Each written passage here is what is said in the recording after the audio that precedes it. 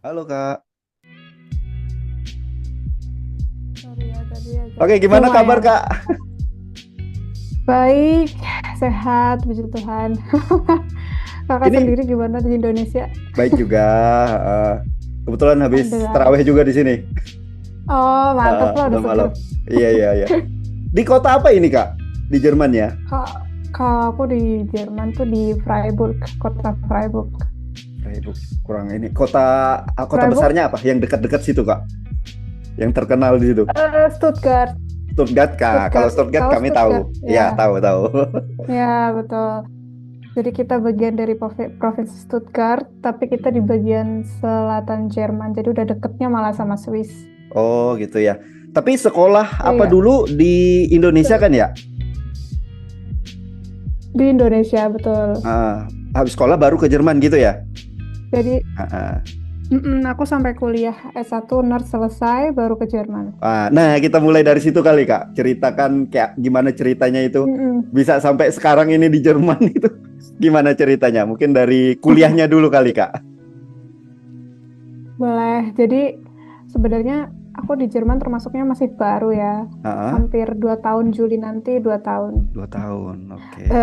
Dulu aku kuliah S1 di Universitas Jenderal Sudirman di Purwokerto, kalau kakaknya tahu. Ah, aku Nah, itu tuh, kayaknya tahu deh. Soalnya aku sempat praktek di RSUD Banyumas, Kak. ya benar itu. Ya, Ah, ya. Ikut anak-anak Unsur ah, pasti banyak di RSUD Banyumas.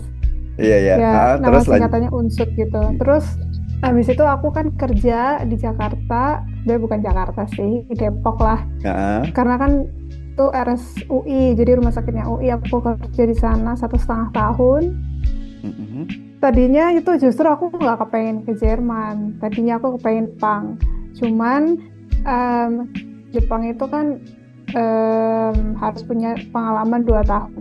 Oke. Terus kita harus udah punya sertifikat N5 pas daftar kan. Ah, ah, Sedangkan aku mikir kalau di sambil kerja kayaknya aku nggak bisa nih ngambil N5 gitu kan, nggak bisa fokus. ah. Akhirnya aku lihat-lihat ada G2G, program G2G dari pemerintah yang ke Jerman. Iya.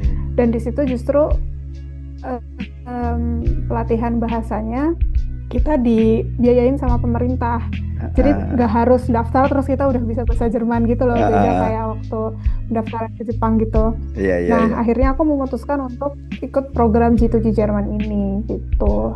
Terus habis itu ya udah daftar administrasi, terus verifikasi dokumen, semuanya di Jakarta. Aku lakuin masih kerja itu sambil Jadi ngambil sambil kerja ya, libur gitu. berprosesnya sambil Ya, kerja gitu. Oke, oke, luar sambil kerja biasa. sampai sampai akhirnya interview Mm-mm. interview kan sama pemberi kerjanya dari sini langsung. Jadi call juga kayak gini interviewnya sama orang Jerman sama pihak dari BP2MI-nya Ah, ah.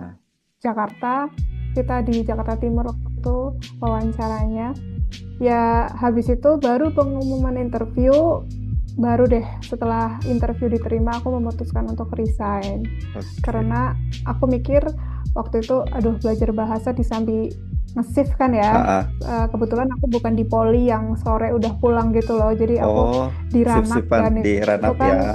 shift-shiftan kan. Mm-mm. Sedangkan em, apa ya kita nggak aku waktu itu karena masih baru kali ya jadi belum bisa milih shift gitu loh jadi ya Iya, mau iya, nggak iya. mau jadwalnya ikut sama Ngikut gitu ya. yang Karo bikin gitu kan Ah, karena masih junior gitu terus ya udahlah akhirnya karena mau nggak mau harus milih resign atau meninggalkan si Jerman ini ah, akhirnya aku ah. milihnya resign akhirnya aku pulang Mm-mm. kampung ke Jawa Tengah ke Banjarnegara itu kampung aku Aslinya dan aku Banjarnegara. stay di rumah betul aslinya Banjarnegara. Oke. Terus akhirnya aku ya total 1,5 tahun lah setelah resign berproses. Mm-mm. Akhirnya selesai bahasa itu aku kira A1 sampai B1 kalau nggak salah ya B1. Biasa. Terus setelah B1 Minimal selesai B1. kita urus-urus visa, paspor, semuanya data-data minimal B1 betul. Oh, gitu. Tapi kalau sekarang itu kalau nggak salah B2 deh. Ah, ah. khusus untuk Karena program kebijakan G2G ini ya. Jerman kan berubah nih. Mm-mm. Tapi kayaknya kalau G2G masih B1 sih, karena kan B1. sekarang ada program lain yang dari swasta itu Binawan, itu Ah, ah, mereka ah. langsung B2. Ya, ya, kebanyakan yang mereka binawan itu lewat, tapi mereka programnya kan biasanya yang au pair itu ya, habis itu baru Ausbildung, lanjut Anerkennung gitu ya, kalau yang binawan. Sekarang udah beda, sekarang udah Oh, bisa gimana? kayak G2G yang kita Oh, langsung Anerkennung gitu loh, Kak. oh gitu. Nah, aku mau nanya Baru ini itu juga. program baru. Nah, kalau kayak yang Ya. Anerkennung sebelumnya gitu kan kayak kampus apanya gitu udah ditentukan nih Kak, list-listnya yang bisa di Anerkennungan gitu. Kalau sekarang gimana ketentuan itu Kak untuk ikut di program Anerkennung itu? Nah, sebenarnya karena Jerman itu lagi banyak butuh perawat ya. Mm-mm. Jadi kalau kalau pas aku waktu itu Heeh. kita tuh nggak ada checklist universitas mana atau Nah, fakultas ya, mana yang kayaknya udah boleh gitu, nggak agak ada. dilonggarkan ya. Udah general, udah ya udah kamu Heeh. minimal D3 S1 boleh Oke. boleh daftar Ya, ya, ya, gitu. ya. Sebelum kalau nggak salah paling tua tuh 38 tahun apa ya Iya. maksimal. Soalnya aku sempat ngecek juga Kak, kampusku kayaknya nggak masuk kategori untuk bisa Anerkennung itu. Berarti sekarang Oh, udah Kak. ini ya. Udah. Oke, oke. Bahkan teman-teman dari Kupang juga ada yang sampai sini Oke. juga. Padahal kan Kupang termasuk Iya, daerah iya, iya. 3T ya. Kalau sebelumnya Jadi gitu kan yang terkenal tuh kalau nggak dari binawannya itu dari UI, dari Erlangga gitu-gitu kan. Kalau sekarang berarti kampus-kampus besar. iya, iya. Ya sekarang Berarti Poltekkes pun bisa gitu. kesempatan lebih besar nih sekarang nih gitu ya. Iya. Heeh. Heeh. Oke, lanjut yang prosesnya tadi gimana Kak itu Kak? Setelah selesai semuanya? Dan ya terus bahasa kita nunggu termin visa, janji temu buat wawancara visa, terus kita ngurus semua dokumen-dokumen dulu jadi waktu kita kuliah itu berapa jam kita kuliah, berapa jam kita praktek, itu semuanya harus dijumlah gitu, ada pakai template dari mereka. Terus nanti kita niru template-nya, kita ketik, atau nanti juga bisa minta tolong sama pihak kampus kayak dosen ataupun bagian TU gitulah ya untuk bikinin, terus nanti kita cek lagi, nanti terus dikonsulkan lagi ke kita kan pakainya pihak GIZ ya, perantaranya. Jadi kita manggilnya GIZ dan itu kita konsulin lagi ke GIZ, nanti kita revisi lagi. Itu panjang banget sih prosesnya sebelum kita berangkat. Dan akhirnya setelah selesai konsul-konsul itu ACC dapat dokumen itu dari kampus bahwa anak ini memang pernah kuliah di sini lah, apa segala macam, legalisir, terus habis itu mereka terjemahin ke bahasa Jerman. Dan itu penerjemahan dokumen-dokumen itu kayak ijazah terakhir lah, ijazah S1 sama Nurse-nya gitu ya, satu paket gitu ya. Ya betul. Terus habis itu akte juga kalau nggak salah, pokoknya data-data pribadi itu semua diterjemahkan ke bahasa Jerman dan itu juga dibayarin sama negara waktu itu. Ya, terus cek medis, check up, medical check up. Kalau itu boleh mandiri terserah, tapi nanti harus yang emang bekerja sama buat internasional gitu loh. Pokoknya intinya nanti itu baru kalau buat medical check up dikasih list daftar pelayanan kesehatan mana yang termasuk dalam ini hubungan kerja internasional gitu loh. Jadi ditunjuk ya tempat kita medical check up. Halo? Oke. Juga aman dari Jadi kayak mati lampu, hilang sinyal gitu-gitu sering banget di sini. Iya, paham. Dulu pernah ada bukan kolega ya, jadi sama-sama satu perjuangan nih mau ke Jerman. Kita kan waktu itu belajar bahasa, aku 6 bulan online, terus 3 bulan kan aku langsung ke Goethe Institut Bandung. Itu yang akhir yang S1 kan. Nah, selama 6 bulan itu kita dari berbagai daerah di Indonesia itu ngumpul kan di online. Nah, ada yang dari Kalimantan, Kupang itu kan jauh-jauh luar Jawa. Iya. Sering banget mereka lost sinyal gitu loh. Iya. Itu sekarang ini ya gini. Jadi aku nggak kaget sih, maksudnya Heeh. bukan malah jadi jokes tuh, enggak, maksudnya bukan merendahkan, tapi emang Iya, ya itulah keadaannya emang kayak gitu. bedanya ya, Iya, iya, maksudnya iya. luar Jawa dengan Pulau Jawa tuh sangat tidak merata. Heeh. Bahkan ada yang sampai naik pohon Benar. biar dapet sinyal. Gila, Heeh. ujangan mereka tuh aku gitu kan. Ya, Heeh. Ini itulah tadi cerita. aku sempat dari pagi tadi kan sempat sinyalnya kayak putus, hilang, datang gitu. Waduh, ini kalau sampai malam nggak ada sinyal bisa nggak jadi aku bilang ini podcast. Tapi sore nanti muncul lagi gitu. Jadi masih sering banget kayak gitu di sini. Iya, Gitu mungkin karena banyak pohon apa hutan gitu. Ya gitulah keadaan. Mohon jadinya dimaklumi ya. Nggak terlalu heeh, kenceng ya. bener. Oke lah, Oke, oke. Kita lanjut lagi tadi setelah persiapan berapa bulan ya tadi? setengah tahun. Setengah tahun baru diberangkatkan setelah itu ya. Oke, kita lanjut di situ tadi, Kak. Ya, betul. Em, tapi setiap batch itu kan beda-beda ya. Kayak aku kan Heeh. batch 2, jadi termasuk masih awal gitu. Masih Oke. banyak yang ditanggung sama negara gitu-gitu. Bahkan kita waktu mau berangkat di bookingin hotel buat nginep dulu 1 malam di deket Oh, bandara biar nggak Cengkareng. buru-buru, biar Mm-mm. biar persiapannya mateng gitu. Tapi untuk sekarang-sekarang sebelum berangkat kayaknya langsung ke bandara gitu deh. Maksudnya misalnya dari rumah langsung Langsung bandara, nggak ada ketemunya di lagi bandara gitu ya. nginep-nginepin dulu gitu, Heeh. dienakin dulu ya kan. Tapi ya so far itu sih aku waktu apa? Jadi ini just for information, kalau misalnya kayak bahasa biasanya tuh A1 itu 3 bulan, A2 juga 3 bulan, terus B1 A1, tiga A2 tuh. bulan. Oh, tiga. Paling tingginya Ya, apa sih, nah, Kak? Levelnya, Kak? Kalau Jerman ini A1, A2, B1, C B2, C2 C2 C2. ya. Heeh. Hmm. Kalau Jepang itu N kan nyebutnya N1, N2, Iya, N3 gitu ya. Heeh. iya betul. Kalau nggak salah Jepang kebalik. N1 dia paling tinggi, N5 paling rendah. N5 paling rendah ya. Oke, Iya, oh gitu ya. Untuk G2G waktu zaman kakak itu minimal B1 ya. B1. Kalau sekarang mungkin kayaknya B2, Kak. Soalnya informasi terakhir seperti itu sebenarnya. Apa lebih Iya, tinggi gitu ya? mungkin ya. Bisa jadi. Mm-mm. Iya. Itu Tapi untuk kayaknya gimana? Gimana? tapi kayaknya yang terakhir itu pasti B1 sih Oh kayaknya. Terus gitu. nanti di sini kita datang ke sini lanjut B2 gitu loh. Itu B2-nya maksudku. di sini. Dilatihnya di sananya ya, B2-nya ya. Iya, betul, Oh ya ya betul. ya ya. Itu untuk Waktu itu aku mendapatkan juga sertifikatnya itu memang salah satunya satu-satunya memang di Goethe Institute itu ya. Nggak ada di lain ya yang ditunjuk Jerman secara langsung gitu itu ya yang di Indonesia. ya kalau misalnya untuk ujiannya memang adanya di Goethe Institute, tapi Heeh. kalau untuk kursusnya Boleh tempat kita lain bisa ya. ngambil lembaga Ah, manapun terserah kita sekarang ya, ya karena ya. sistemnya reimburse. Kalau dulu semuanya di Goethe.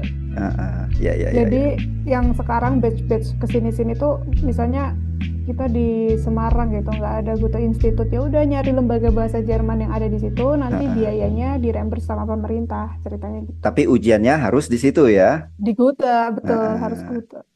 Oke. Iya, Dan itu kayak bimbingan apa gitu, ada yang online juga ya, itu nggak harus tatap muka ya? iya, bahasa. Gitu ya. Jadi Betul. bisa kayak kami yang dari Kalimantan misalnya gitu bisa sambil ikut sambil lewat Zoom Mm-mm. gitu ya dia ya. Iya, benar. Lewat Oke Zoom oke. kita selalu pakai Zoom.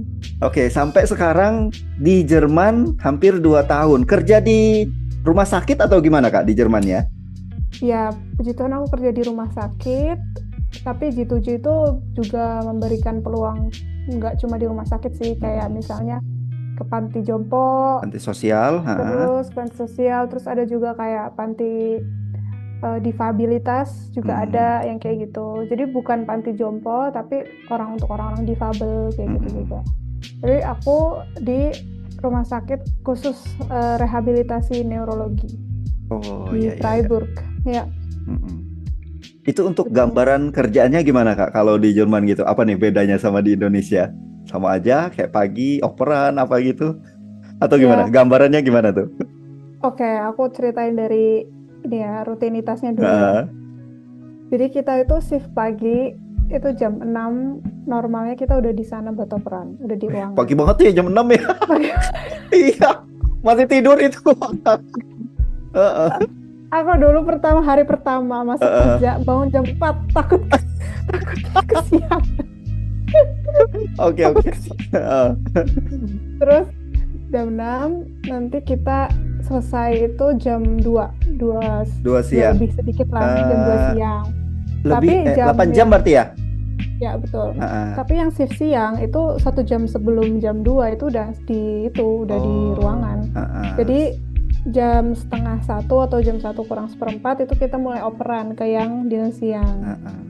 gitu. Terus nanti dinner siang mulainya berarti dari jam 1 Sampai sampai jam 9 malam. malam. Nah, yang Terus dinas nanti malamnya dari 1 dinas jam juga. malam setengah 9 Hah?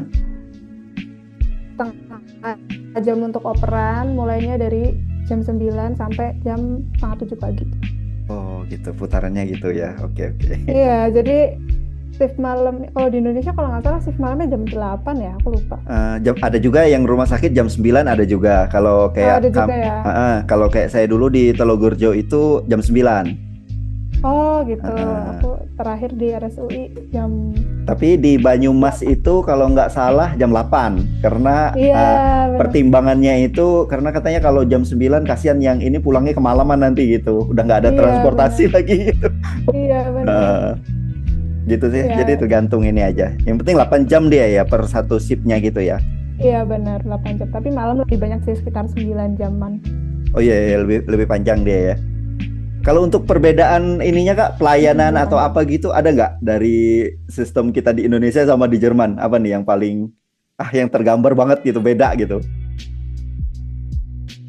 Menurut aku menurut aku lumayan banyak sih ya yang beda gitu.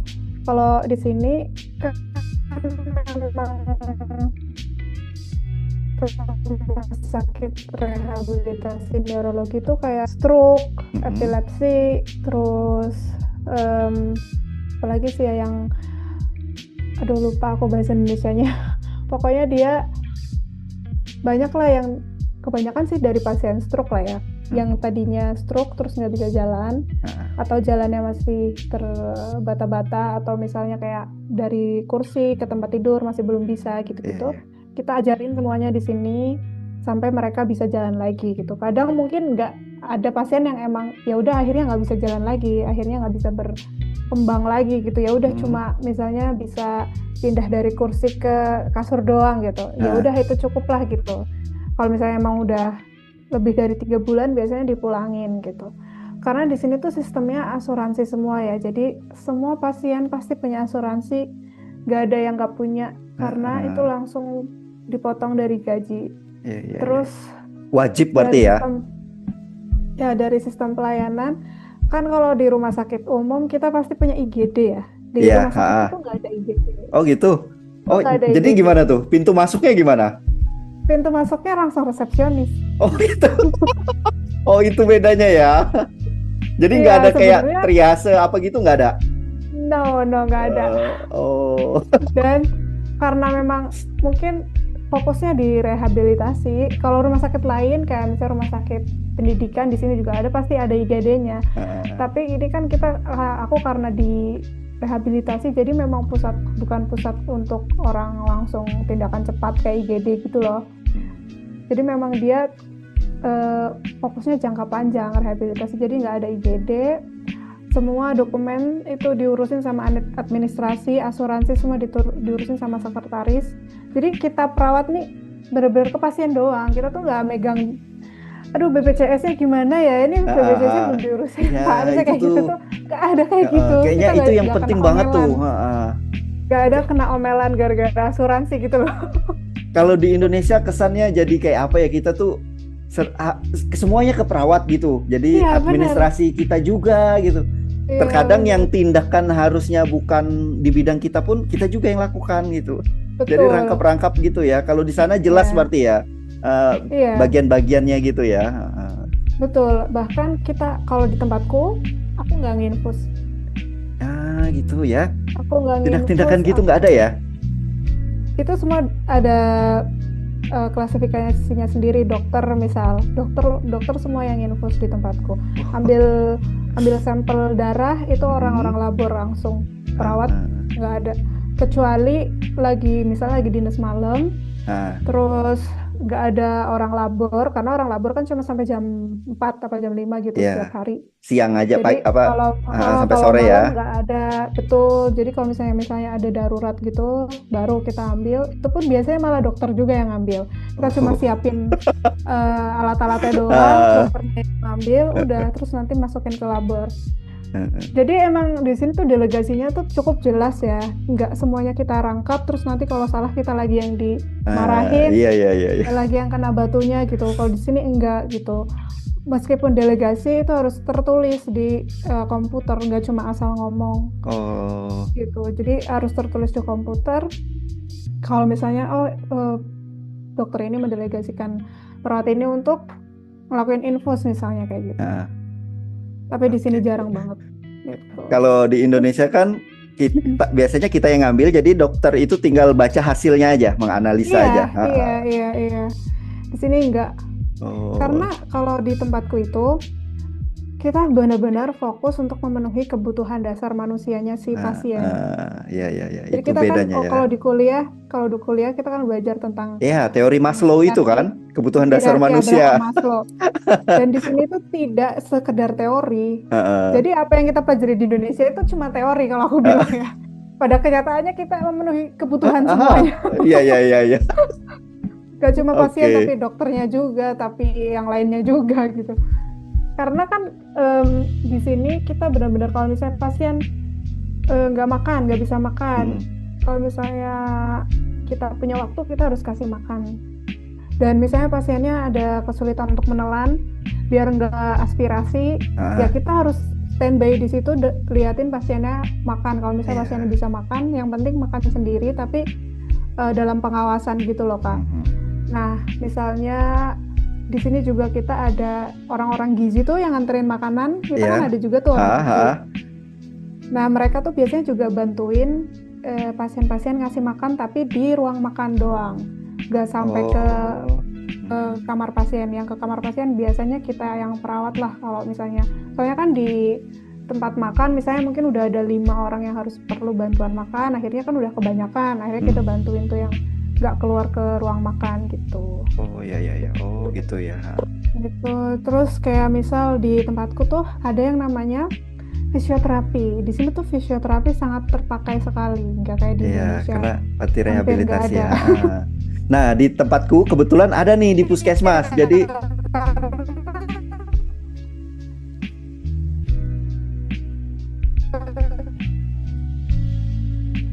halo? Mm-mm. Iya ya, gimana Kak tadi Kak? Sempat putus. Tunggu, ini putus-putus. Ya Kak, tadi putus-putus. Iya iya, gimana gimana? Lanjut Kak. Halo? Tadi Kakak lagi ini kan ngomongin fisioterapi di puskesmas. Fisioterapi itu sangat terpakai karena dilatih untuk bergerak kembali kan. Kalau syaraf Ah, tidak dilatih, maka dia tidak akan bekerja. Semakin kita sering olahraga, syaraf itu semakin terbiasa. Itulah istilahnya kan. iya iya iya. Nah, orang-orang yang stroke ini mereka butuh untuk belajar bergerak. Mm. Bukan kayak di Indonesia, kalau orang stroke udah kayak wassalam gitu, tinggal nunggu meninggalnya doang, atau enggak kalau udah di ICU ya udah gitu kan. Iya Ya kan? iya Aku iya tuh iya. selama di Indonesia, karena saudaraku tuh pernah stroke, Heeh. kursi roda mulu, nggak pernah dilatih apa-apa. Nah, di sini kita tuh dilatih untuk jalan, dilatih untuk berdiri juga dilatih untuk mempunyai kekuatan gitu. Terus maksudnya kekuatan fisik ya. Terus habis itu diajarin buat pindah dari kursi ke bed, dari bed ke kursi gitu kan. Terus habis itu diajarin buat menelan biar nggak keselak gitu, biar nggak aspirasi. Diajarin buat minum. Jadi benar-benar yang semuanya tuh serba dasar biar pasiennya mandiri. Karena di sini prinsipnya itu kalau pasien bisa melakukannya sendiri, kalau bisa jangan dibantuin. Kalau Ngelatih misalnya kemandirian ya. ya melatih kemandirian gitu. Kalau pasiennya bisa makan ya jangan disuapin gitu loh. Oh iya iya. Yang penting Ya, kecuali meskipun dia minta bantuan gitu ya. Ya tangan satunya misalnya stroke, tangan satunya sehat nih. Ya udah makan pakai tangan satunya. jangan Oke. dimanja gitu. Kalau di sini Heeh. tuh kayak gitu. Gitu. Kalau di Indonesia kan Kita suapin tuh, dibantuin. Heeh. keluarganya Iya, keluarganya semua gitu. ada di lantai ikut nungguin. Di sini Oh nggak ada ya, kayak untuk gitu. menunggu pasien gimana? Kalau di Indonesia kan pasien tuh ada yang nungguin gitu. Kalau di sana ada juga Nah, gitu. ada pun mereka tuh nggak yang tidur di lantai gitu loh, Kak. Heeh. Mereka dikasih kamar lain, kamar pasien yang tidak terpakai untuk nungguin. Misalnya pun Heeh. kalau misalnya misalnya satu kamar yang dengan pasien tapi beda bed gitu loh. Ah. Jadi nggak lesehan, nggak pakai tikar gitu Iya, loh. iya, iya. Pas banget Indonesia banget itu. Jadi biasanya di atasnya pasien, di bawah bednya itu ada keluarganya tuh Iya, yang tidur gitu kan. Oke, bawa di sana rantang juga ada termos. di sana nggak ditemukan gitu ya. Nggak, malah biasanya ada yang nggak dijenguk. Jadi mereka punya jam besuh, kita punya jam Heeh. besuh cuma sampai jam 18. Terus habis itu ya udah cuma perawat sama pasien gitu. Kalaupun ada keluarga pasien yang nungguin itu biasanya tuh istrinya atau suaminya, dan itu paling cuma satu atau dua pasien gitu. Itu yang udah dengan permintaan khusus gitu. Karena orang sini kan pada kerja ya Iya, iya, iya. gitu. Jadi nggak ada yang bisa nungguin Jadi kayak di benar-benar Indonesia full di time gitu. apa namanya diserahkan ke rumah sakit itu ya, yang ini Mm-mm. memang keluarga nggak ini lagi ya. Dan di sana juga rata-rata kerja semua ya orang ya. Mungkin nggak ada Iya, nggak ada ini untuk menunggu apa gitu. palingan waktu weekend aja sih, Heeh. Sabtu Minggu. Mereka Kal- datang, besuk, terus pulang lagi. Ya, itu pun sesuai jam besuk ya, nggak bisa di luar Iya, itu. nggak bisa. Heeh. Kalau udah lebih dari itu kita usir, kita suruh pulang. Oke, satu lagi nih Kak, untuk penyemangat kami di sini, tapi ini bisa di-spill apa enggak nih? Untuk penyemangat kami di sini. Untuk penghasilan gimana Kak di sana? Di profesi Penghasilan ini? di sini kalau di compare dengan penghasilan di Indonesia Heeh. tentunya sangat layak ya, sangat layak, sangat cukup. Heeh. Sama nabung ya kan, Heeh. bisa jalan-jalan, bisa beli barang-barang Iya. yang mungkin dulu nggak bisa dibeli gitu kan. Heeh. Dengan Sesuai gaji banget kita, ya. ya cukuplah. Puji Tuhan, semua kebagian. Ibaratnya dalam artian Heeh. semua kebagian tuh nggak cuma aku loh, uangku tuh bukan cuma buat aku, tapi keluarga juga Iya, iya, iya, adik, iya. bapak, semua kebagian. Karena ya cukup untuk dibagi-bagi. Kalau di Indonesia buat sendiri aja kadang kurang Iya, gitu iya. kan. Iya, iya. Apalagi Oh, udah terbayang. Gak usah disebutkan pun udah terbayang di kami seberapa nominalnya. iya Oke, benar oke, gitu. oke. Tapi memang pajaknya tinggi, jadi Heeh. hampir dari setengah gaji kita lah, 35 Heeh. sampai 40% kita bayarin gitu. Kalau di Indonesia kan cuma 12%, tapi kan memang Iya. gaji kita kecil coy Iya, gitu. walaupun pajaknya kecil, yang masuk juga kecil gitu. Kecil, nah itu makanya. Heeh. Ya lumayan lah, tapi kalau untuk di compare sama orang-orang sini ya tentu perawat juga termasuknya di sini di Jerman, perawat termasuk profesi yang gajinya cukup, ya bukan minimal sih sebenarnya, tapi ya nggak gede-gede banget juga gitu. Tapi untuk kita orang Indo ya cukup lah gitu, lumayan lah gitu. Iya, iya. Pokoknya udah bisa membiayai selain diri kita, itu berarti lebih tuh udah. Iya, Gitu iya kan. dong. Nah, ngitungnya kan gitu. Iya bener, aman-aman.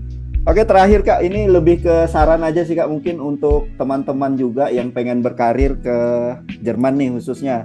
Kira-kira apa nih yang harus disiapin dulu? Atau yang lagi kuliah nih, perdalam apanya nih biar kesananya nanti enak gitu? Bahasa sih Kak, karena bahasa Jerman kan Susah banget ya bahasa Jerman. cukup cukup menguras energi Heeh. dan ya mempertajam otak sih jadinya, karena kita akhirnya belajar terus kan. Iya.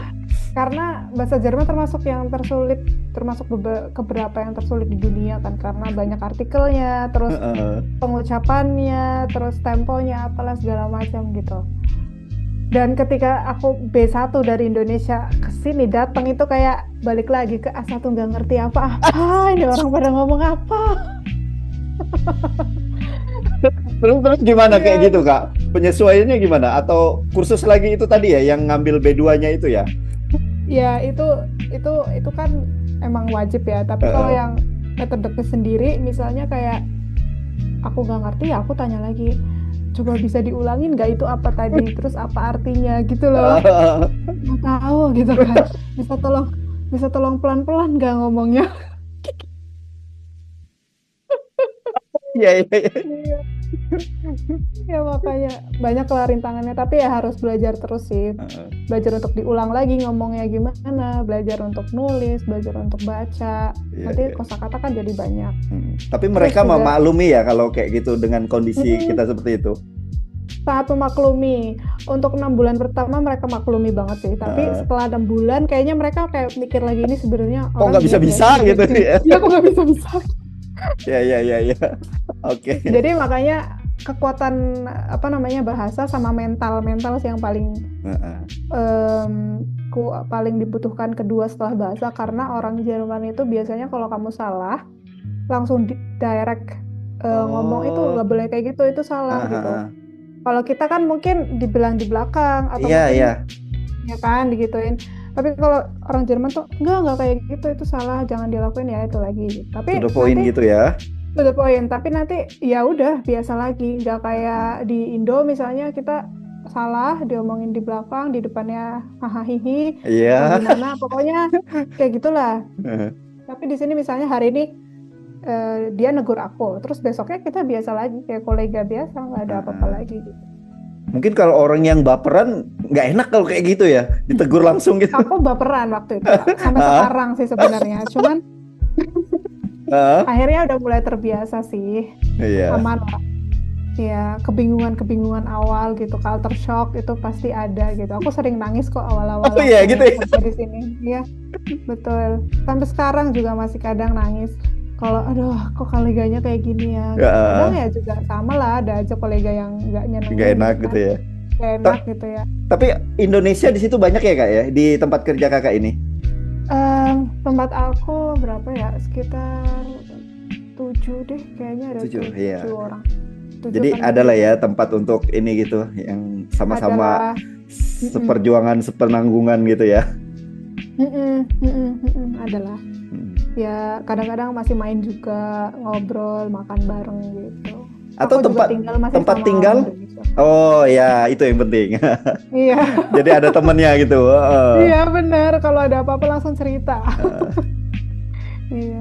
Oke, makasih banget loh Kak, ini udah menyita waktu. Ini lagi libur ya? Puji Tuhan ya, habis malam kemarin lepas, terus hari ini libur. Berapa hari gitu Kak liburnya Kak, habis dinas malam gitu? Kalau aku cuma lepas libur aja sih, kalau 2 hari malam lepas libur. Tapi kalau misalnya 2 harinya itu Kamis Jumat, di sini dikasihnya Jumat Sabtu Minggu sekalian libur. Oh gitu. 3 hari malah kalau Kamis Jumat, karena di sini hitungnya itu kalau weekend kita harus dapat dua-duanya Sabtu Minggu. Dan di sini minimal tuh kita libur weekend itu minimal 2 kali dalam sebulan. Oh gitu ya. Jadi 2 kali Sabtu Minggu itu tetap kamu ada harus jatahnya. Gitu. Libur weekend. Oke. Ya. Terima kasih banget loh Kak udah berbagi informasi gini. Ini membantu banget untuk teman-teman yang kadang kami tuh pengen kayak gini nih, cuma keterbatasan dengan informasi. Mungkin dengan video kayak gini nanti bisa membantu lah. Dengan senang hati. Semoga banyak juga yang bisa meraih cita-citanya biar ke Jerman atau ke negara manapun gitu kan. Oke. Sukses lah buat Kakak di sana ya Kak ya. Salam juga untuk teman-teman di sana. Kakak juga. Aku yang terima kasih nih. Puskesmasnya salam ya. Oke, sip. Oke. Terus jadi WNI dan nakes di Indonesia. Oh, pasti. Oke, sukses di sana ya Kak. Salam buat teman-teman di sana. Terima kasih. Selamat siang. Selamat malam ya.